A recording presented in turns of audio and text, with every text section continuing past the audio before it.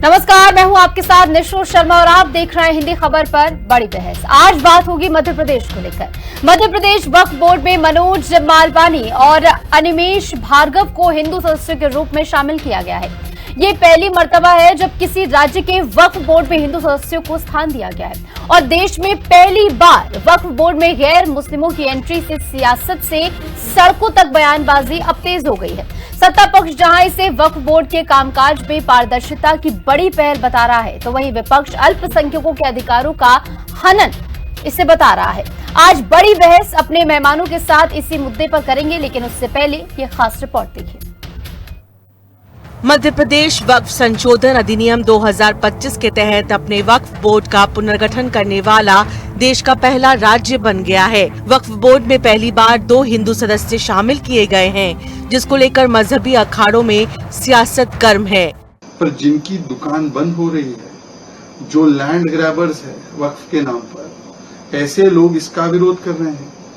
वो कह रहे हैं कि क्यों आप जो है इसमें नॉन मुस्लिम सदस्य आने देते हैं। वो नॉन मुस्लिम की प्रॉपर्टी को वक्फ तो बनाना चाहते हैं, पर नॉन मुस्लिम सदस्य को नहीं चाहते। ये दिखाता है कि इनके कैसे दोहरे मापदंड है। इसका स्वागत होना चाहिए। ये कानून केंद्र के पार्लियामेंट के द्वारा पारित कानून है। देखिए, ये बहुत गलत है और पूरा मामला अभी सुप्रीम कोर्ट में विचाराधीन है और सुप्रीम कोर्ट में 2 बिंदुओं पर स्टे तो नहीं है, लेकिन उस पूरे स्टे न होने के बावजूद प्रक्रिया जारी है और सुप्रीम कोर्ट उस पर अंतिम निर्णय देगा। ऐसी क्या आवश्यकता पड़ी थी जो इतनी जल्दबाजी सनवर पटेल को हो गई, इतनी घबराहट क्यों हो गई, ये समझ से परे है। मध्य प्रदेश शासन ने उसमें एक और मिस्टेक करी है कि 2 अन्य कास्ट का प्रावधान है, उन्हें 3 कर दिए। आप लोगों ने ध्यान दिया होगा, आयुक्त जो है वो किस समाज का है, तो 2 से 3 हो गए। इस पूरे मामले को लेके मैं सुप्रीम कोर्ट बहुत जल्दी जाऊंगा। ये कदम संशोधित कानून के तहत किए गए बदलावों के बाद उठाया गया है, जो गैर मुस्लिम सदस्यों को राज्य वक्फ बोर्ड का हिस्सा बनने की अनुमति देता है। नहीं, कितने ऐसे ट्रस्ट हैं, कितने ऐसे धार्मिक संस्थाएं हैं जिसमें मुस्लिम को बना दिया जाता है। अब तक तो हिंदुस्तान थे, 2 हिंदुओं को रख दिया गया तो इनके पेट में दर्द हो गया। आपको याद होगा जब महाकुंभ हुआ उत्तर प्रदेश में, तो उसके सर्वे सर्वा जो थे आजम खां को बनाया गया था। अखिलेश यादव जी उस समय मुख्यमंत्री थे। किसी हिंदू ने आपने देखा विरोध किया? तो ये जो है वो तो पूरे कुंभ का, उनको कुंभ से क्या लेना देना है बताओ आजम खां को। तो ये तो होना ही चाहिए। और रही बात ये, वक्फ बोर्ड तो बिल्कुल अवैध है और वक्फ बोर्ड में कंट्रोल करने के लिए हिंदुओं को रखा जाना चाहिए। और ये तो ठीक है, देश की संपत्ति है। ये समझते हैं कि नहीं सिर्फ मेरी संपत्ति है, भाई वो देश की संपत्ति है, इसलिए उस पर निगरानी भी रखनी जरूरी है कि कहीं ऐसा तो नहीं उस देश की संपत्ति का उपयोग देश विरोधी विचारधारा के लिए हो रहा है। इसलिए जहाँ जहाँ वक्फ बोर्ड में इस तरह की बात आ रही है, हालांकि अभी वो कानून जिस पर बात हो रही थी कि भाई हिंदू होने चाहिए वक्फ बोर्ड में, वो अभी तक शायद पारित भी नहीं हुआ, लेकिन कुछ राज्यों ने उनको करना शुरू कर दिया है। सवाल ये है कि वक्फ बोर्ड में अगर हिंदू है तो राम मंदिर के ट्रस्ट में फिर मुसलमान क्यों नहीं है, और जितने भी ट्रस्ट हैं मंदिरों के उनमें मुसलमान क्यों नहीं है। अगर आप इतने ईमानदार हो, सच्चे हो, तो उनमें भी मुसलमानों को रखो। मुसलमानों को आप इसलिए उनमें नहीं रखोगे, वहाँ कहते हो हमारी आस्था की बात है और यहाँ मुसलमानों की लूट करना चाहते हो आप लोग। तो ये सब लूट का खेल है और कुछ भी नहीं है। आपको बता दें कि मध्य प्रदेश सरकार ने 10 सदस्यीय वक्फ बोर्ड का पुनर्गठन किया है और मुख्यमंत्री मोहन यादव ने सांवर पटेल को इसका अध्यक्ष नियुक्त किया है। बोर्ड में मनोज मालपानी और अनिमेश भार्गव हिंदू सदस्य के रूप में शामिल हैं, जिससे ये संशोधित अधिनियम के तहत गैर मुस्लिम सदस्यों को शामिल करने वाला देश का पहला राज्य स्तरीय वक्फ बोर्ड बन गया है। क्या है वक्फ बोर्ड? वक्फ अधिनियम 1995-2025 में संशोधित की धारा 13(1) के तहत अपनी शक्तियों का प्रयोग करते हुए राज्य सरकार ने अधिनियम की धारा 14 के प्रावधानों के अनुसार बोर्ड का गठन किया। वक्फ बोर्ड एक वैधानिक निकाय है जो राज्य में वक्फ संपत्तियों के प्रशासन और संरक्षण के लिए जिम्मेदार है। वक्फ की जिम्मेदारियों में वक्फ संपत्तियों का रिकॉर्ड रखना, उनके इस्तेमाल और उनसे होने वाली आय की देखरेख करना, उन्हें कब्जे से बचाना और ये पक्का करना शामिल है कि उनका इस्तेमाल धार्मिक, शैक्षणिक और सामाजिक कल्याण के कामों के लिए हो। चेयरमैन सांवर पटेल के अलावा नए बने बोर्ड में नई दिल्ली से नजमा हिब्बतुल्ला, भोपाल से आतिफ अकील, उज्जैन से फैजान खान, इंदौर से फातिमा चौधरी, शाइस्ता सुल्तान, शबाना खान, इंदौर से मनोज मालपानी और गुना के राघोगढ़ से अनिमेश भार्गव शामिल हैं। पिछड़ा वर्ग और अल्पसंख्यक कल्याण विभाग के कमिश्नर इसके पदेन सदस्य होंगे। शाहनवाज खान के साथ ब्यूरो रिपोर्ट, हिंदी खबर। अब इस निर्णय को लेकर पूरे देश में चर्चा का विषय मध्य प्रदेश वक्फ बोर्ड बन गया है। अब ये निर्णय जो लिया गया है, ये कहीं ना कहीं जो फंसे हुए पेच रहते थे वक्फ बोर्ड को लेकर, उनको जल्दी सुलझाने के लिए लिया गया है और ये कहां तक सही साबित होगा, ये आने वाला वक्त बताएगा। कैमरामैन गजराज के साथ मैं शाहनवाज, हिंदी खबर, भोपाल।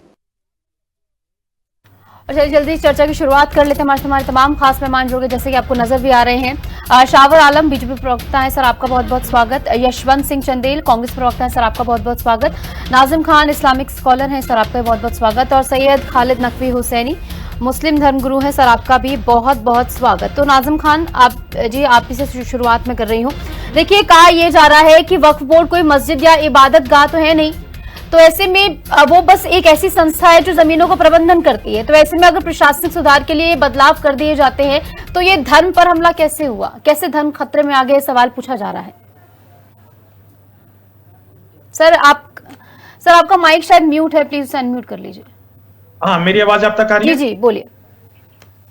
हाँ, देखिए निशु जी, जिस तरीके से यहाँ वक्फ बोर्ड को लेकर यहाँ पर एक बात करी गई है, मध्य प्रदेश में यहाँ पर एक कमेटी भी गठित कर दी गई है, लेकिन अभी ये सुप्रीम कोर्ट के अधीन है। और देखिए, जब कोर्ट के अंदर जब कोई भी बात जाती है, कोई भी मामला जाता है, जब तक कोर्ट का कोई उस पर टिप्पणी नहीं आ जाती या फैसला नहीं आ जाता, जब तक उस पर बात करना मुनासिब नहीं है। लेकिन जब आपका टॉपिक है मध्य प्रदेश को लेकर, तो इसमें एक बात करी जाए। इसमें दो गैर मुस्लिमों को, जिसमें आपने मनोज अनिमेश, ये दो जो गैर मुस्लिम है, इनके यहाँ पर इनको भी जिम्मेदारी दी गई है इसमें वक्फ बोर्ड के अंदर। तो इसकी जाहिर सी बात है कि कहीं ना कहीं वक्फ बोर्ड के अंदर जो गैर मुस्लिमों को लाना, इसका मतलब यह कि अब एक ये भी कवायद चालू हो जाएगी, जितने भी ट्रस्ट बने हुए उनके अंदर मुस्लिम समाज की भी भागीदारी बन जाएगी। यह अब ये सोचने वाली बात है, क्योंकि देखिए वक्फ बोर्ड के अंदर जिस तरीके से गैर मुस्लिमों की एंट्री करके और ये कहा गया है कि भाई यहाँ ट्रांसपेरेंसी होगी, वक्फ बोर्ड के पास जितनी जमीन है और किस किस ने वक्फ करी हुई है, इसका पूरा बायोडाटा होगा, पूरा इसका बैंक खाता होगा, सारी चीजें इसकी होगी। तो उसी तरीके से अगर ट्रस्ट के अंदर भी अगर मुस्लिम समाज के व्यक्ति होंगे, तो ट्रस्ट के अंदर भी अगर कोई भी धांधलेबाजी होगी तो वो पता चल पड़ेगा। अयोध्या के अंदर जीता जागता प्रमाण है, वो बताने की जरूरत नहीं है किसी भी व्यक्ति को। और देखिए, यहाँ पे हम बार बार वही कहते हैं, ये वक्फ बोर्ड की जो जमीन है हमारे अपने बाप दादाओं की मिल्कियत है। इस पे हमारे बाप दादाओं ने कितनी मेहनत करी कि अपनी जमीनें वक्फ कर दे, कि मदरसे बने, मस्जिदें बने, लेकिन बन कितने रहे हैं सर? सवाल ये है कितने बन रहे हैं, कितना योगदान इनका शिक्षा स्वास्थ्य में दिख रहा है। इस 37 लाख एकड़ से ज्यादा जमीन वक्फ पास है, लेकिन मैं कहीं नहीं देखती हूँ इतना ज्यादा इनका योगदान। रेलवे और कहीं की सेना के बाद सबसे ज्यादा जमीन इनके पास है, लेकिन उसका कहीं की पॉजिटिव यूज तो मुझे नहीं दिखता है। खैर, शावर जी मैं आपके पास आ रही हूँ। शावर जी, देखिए सवाल ये पूछा जा रहा है कि अगर आप इतने ही पारदर्शिता दिखाने वाले बनते हैं, तो तिरुपति देवस्थानम और सिद्धि विनायक वाले ट्रस्ट में भी मुस्लिमों को शामिल कर दीजिए ना।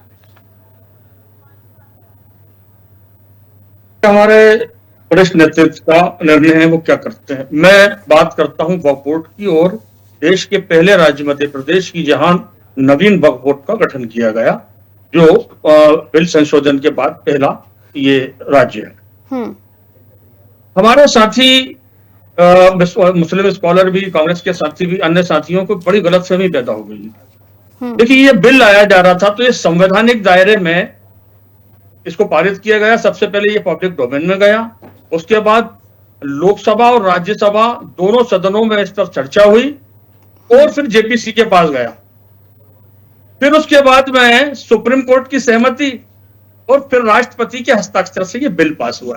ये कोई रातों रात पास नहीं हो गया कि बीजेपी ने मनमानी कर दी, बीजेपी ने ये कर दिया, वो कर दिया।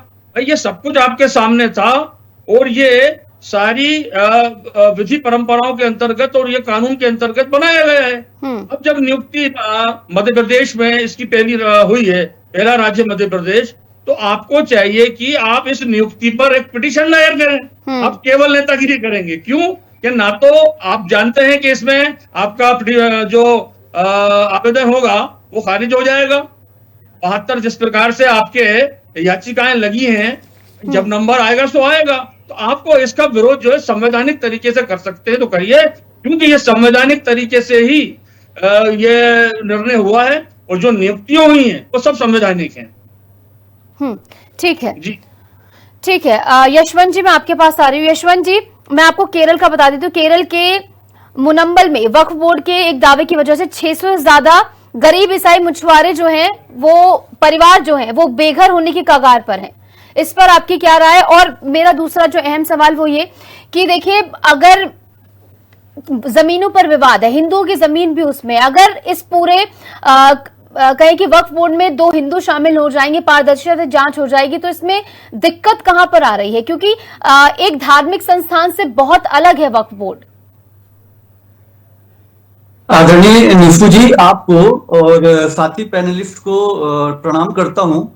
और निशु जी देखिए, कांग्रेस का स्पष्ट मानना है कि अभी वक्फ संशोधन कानून जो है इसको सुप्रीम कोर्ट में चुनौती दी गई है। और चुनौती जब दी गई तो जब यहाँ पर सुप्रीम कोर्ट में जब इसकी सुनवाई चल रही थी तो वहां पर हमारे जो अटॉर्नी जनरल हैं तुषार मेहता जी ने, उन्होंने कोर्ट को भरोसा दिया था कि जरूरत पड़ने पर सरकार इस कानून पर सुधार भी करेगी। और ऐसे में जब मामला विचाराधीन है तो सरकार को इतनी जल्दीबाजी क्यों है? हम केवल इस चीज को पूछ रहे हैं कि मामला सुप्रीम कोर्ट में है, वहां पर से सुप्रीम कोर्ट से आप फैसला आ जाने दीजिए। उस फैसले के बाद सुप्रीम कोर्ट जो आदेश करेगा उसको सब पक्ष मानेंगे। कई बार होता है आदरणीय निशु जी कि संसद से, विधानसभा से कानून बनते हैं लेकिन सुप्रीम कोर्ट उसको अपने संवैधानिक कसौटी पर कसता है, और जब उस कसौटी पर अगर वो कानून खरे नहीं उतरते हैं तो सुप्रीम कोर्ट उनको अवैध करार दे देता है। लेकिन चंदेल जी कसौटी पर कसा कैसे जाएगा? कसौटी पर कसने का तरीका क्या है? जब उसे लागू किया जाएगा उसमें कोई दिक्कतें आएंगी तब उसे कसा जाएगा ना। आप उसे लागू नहीं होने दे रहे, पहले ही दिक्कतें दे दे रहे। देखिए निशु जी, यहाँ सुप्रीम कोर्ट सब पक्ष गए हैं, हर पक्ष अपनी दलील रखेगा, अपना पक्ष रखेगा। सुनवाई वहां पर सुप्रीम कोर्ट को करनी है। जब सुप्रीम कोर्ट उस पर सुनवाई करेगा उसके बाद जो पक्ष निकलेगा। और मैं ये कहता हूं कि अगर ये इतने ही तैफी हैं तो अभी जातिगत जनगणना का जो मुद्दा चल रहा है उस पर ये वो कानून ये लागू क्यों नहीं करते हैं भाजपा वाले? ओबीसी आरक्षण का जो कानून चल रहा है उस पर ये इतनी फुर्ती क्यों नहीं दिखाते हैं? क्यों?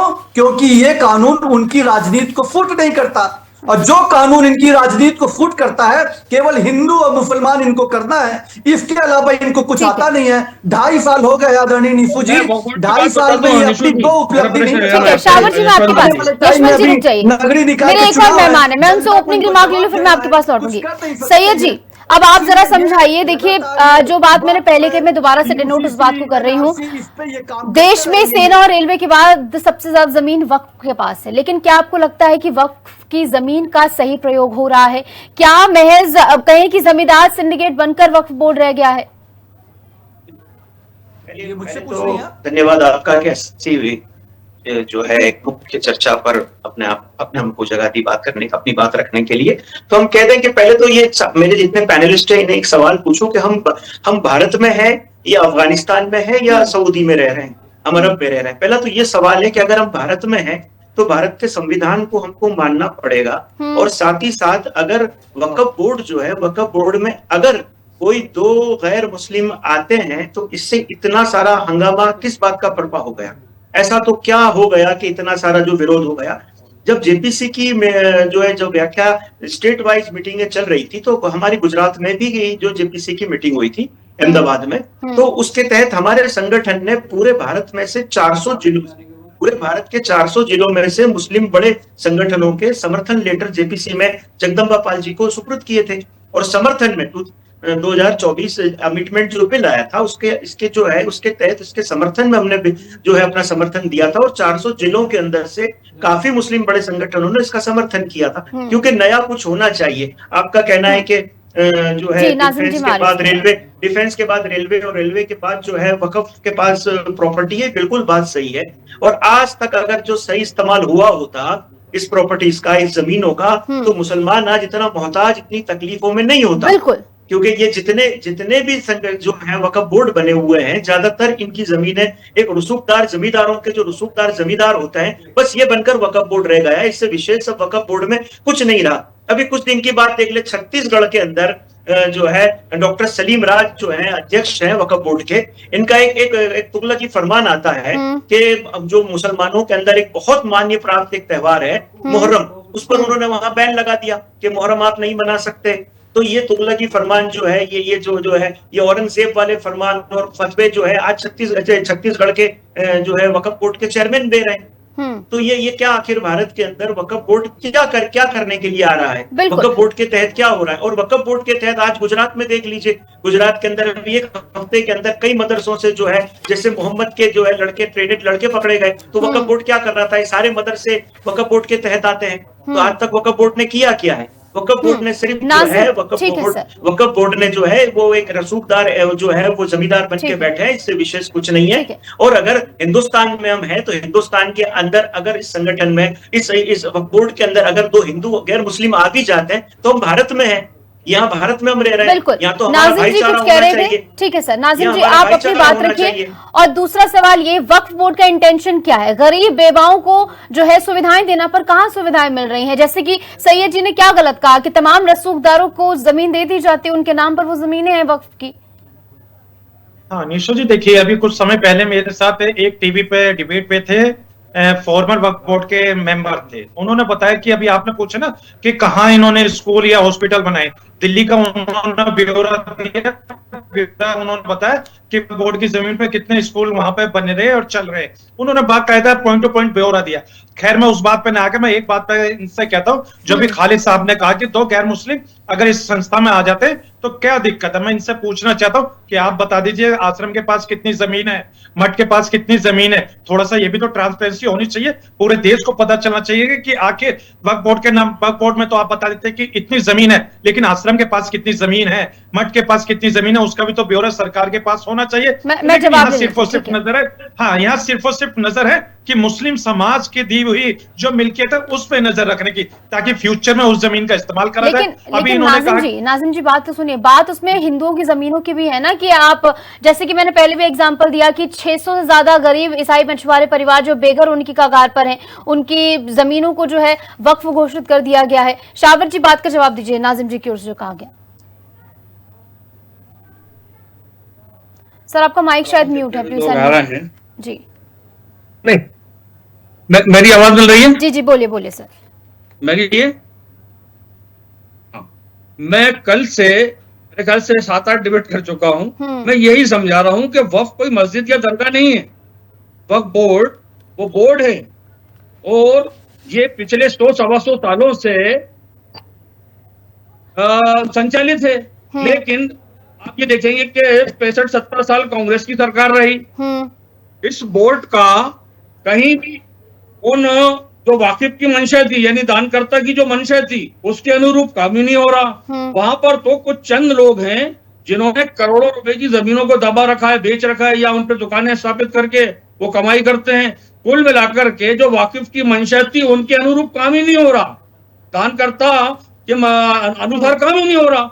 मैं ये पूछना चाहता हूं कि कितने स्कूल बनाए गए थे, कितने कॉलेज बने हैं पूरे देश में वक्फ बोर्ड से, कितने बच्चों को आप स्कॉलरशिप देते हैं, कितनी विधवाओं को आपने सम्मान किया, उनकी पेंशन बानी, क्या किया आपने? तो ये सारे मामले जब सरकार के पास आए तो सरकार ने उस पर सर्वे कराया और इसके एक पोर्टल के माध्यम से हमने पूरा पंजीयन कराया। और पंजीयन के बाद में जब बिल को लाया जा रहा था तो सबको मालूम है कि इसको दोनों सदनों में हमने चर्चा के लिए रखा, फिर पब्लिक डोमेन में भी गए। ठीक है सर, माफी सर आपको रोक रही हूं, नियमों के अनुसार। यशवंत जी 10 सेकंड आपके पास, आपका क्लोजिंग कमेंट इस पूरे मुद्दे पर। फिर हमने पारित किया है।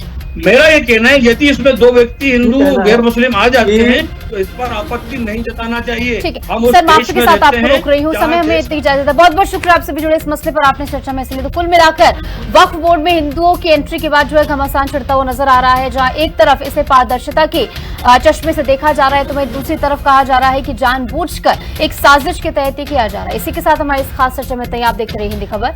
नमस्कार।